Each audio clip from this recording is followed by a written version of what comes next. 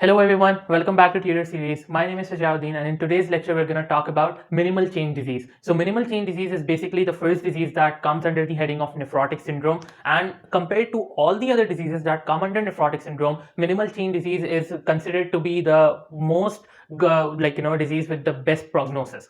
So minimal change disease usually affects your people who are have a lower age. So it's basically more common in children. So it's going to happen in children. That is the first thing that you need to know, and it comes under the heading of nephrotic syndrome. Now, what happens in minimal change disease is, like as we discussed in my previous video on nephrotic versus nephritic syndrome. So be sure to check it out before you watch this video. So in nephrotic syndrome, I mentioned that you usually have damage of your podocytes. What happens is that you have effacement and fusion of your podocytes, right? So in minimal change disease, that is what's going to happen. The damage is happening on your podocytes. That is effacement and fusion of your podocytes. So this effacement of podocytes is believed to be cytokine mediated in nature. So basically, how does effacement happen in minimal change diseases? That you have T cells, right? You have T cells that come and damage your podocytes. So T cells are going to release cytokines, and these cytokines are in turn going to damage your podocytes. Now, damage your podocytes, that is effacement and fusion of them. So you have damage of your podocytes in nephrotic syndrome. Now, there are a few associations in minimal change disease. The first one being idiopathic. Like that, idiopathic is basically always the primary cause of any disease. So the first one is going to be idiopathic in nature. Now, after idiopathic, a few other associations that usually happen in minimal change diseases, that patients who are affected by Hodgkin lymphoma, they will have minimal change disease. Basically, they'll have a higher risk of developing it. Hodgkin lymphoma. Now, why do you think Hodgkin lymphoma can cause minimal change disease? So as we discussed here, that in Hodgkin lymphoma, you will have increased amount of T cells. T cells are going to release cytokines, and cytokines are going to mediate a damage against your podocytes. So cytokine mediated damage to your podocyte is going to lead to minimal change disease. So Hodgkin lymphoma would be a cause.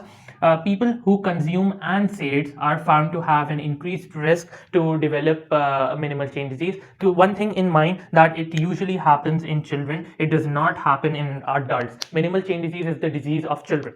So apart from NSAID consumption, people who have respiratory infections are found to have an increased risk to minimal change disease. People who have certain types of HLA, subtypes, they are also found to be at increased risk of developing minimal change disease. Patients who consume steroids are found to have increased risk. So steroid consumption would be an association. And with that, you also have people who have allergic conditions such as atopic dermatitis, eczema, allergic rhinitis. So all of these conditions can also increase your risk of developing minimal change disease. So atopic conditions.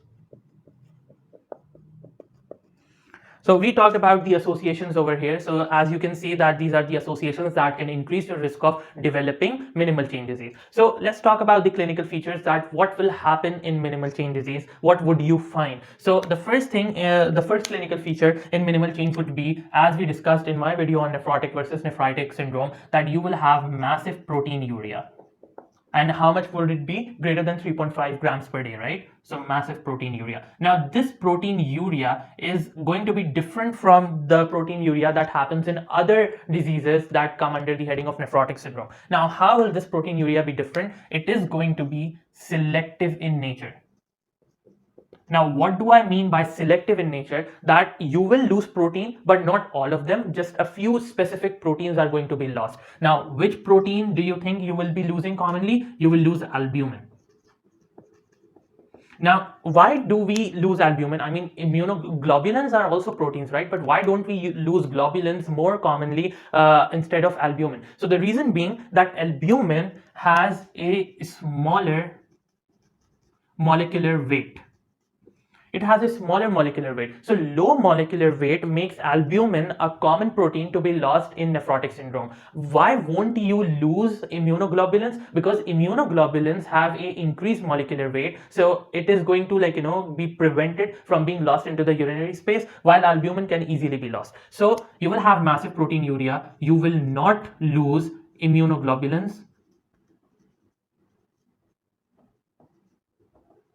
You won't have any hematuria.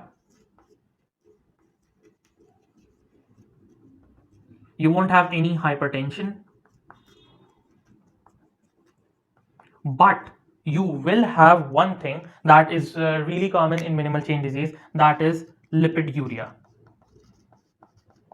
So lipiduria is going to be present here. So two things to be two things to keep in mind in minimal change diseases, that firstly you will have massive proteinuria, which will be selective in nature, and you will have lipiduria. You won't have any of these, and do keep in mind that it is a common thing that happens in children, right? So apart from the clinical features, let's have a look at the morphology of minimal change disease. So I mean, you have effacement of your podocytes, right? You have damage to your podocytes.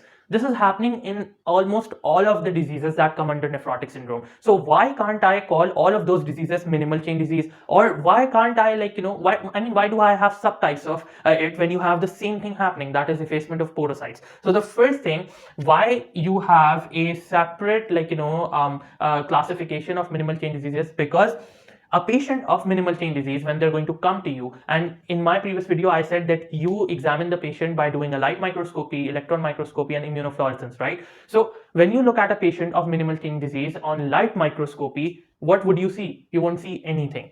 On light microscopy, the glomerulus looks perfectly fine. You won't see any pathology on light microscopy in minimal change disease. But yes, when you do a electron microscopy, that is when you will be able to see the pathology. So in minimal change disease, the pathology is only visible on electron microscopy, not light microscopy, while in the other diseases, you can see the pathology on both light microscopy and electron microscopy. So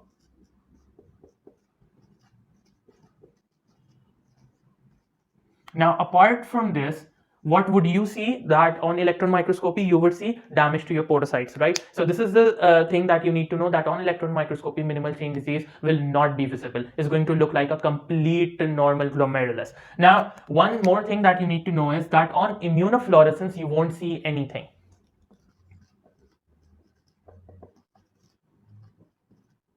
Nothing seen on immunofluorescence, because you have no deposition of immunoglobulins. So why? Because of no deposition of immunoglobulins.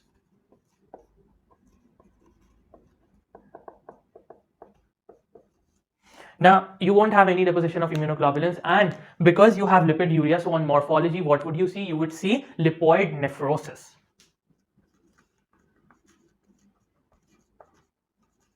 Now, what is lipoid nephrosis? That is, you have lipids present inside your tubules.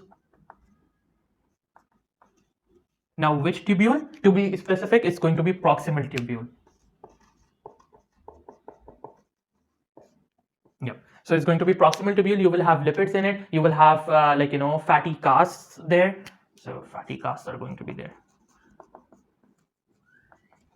Now, all of this is going to be seen in minimal change disease. Now, one thing that also separates minimal change disease from the other diseases is that minimal change disease shows a perfectly good prognosis when you administer steroids to a child suffering from minimal change disease. So, excellent response to steroids.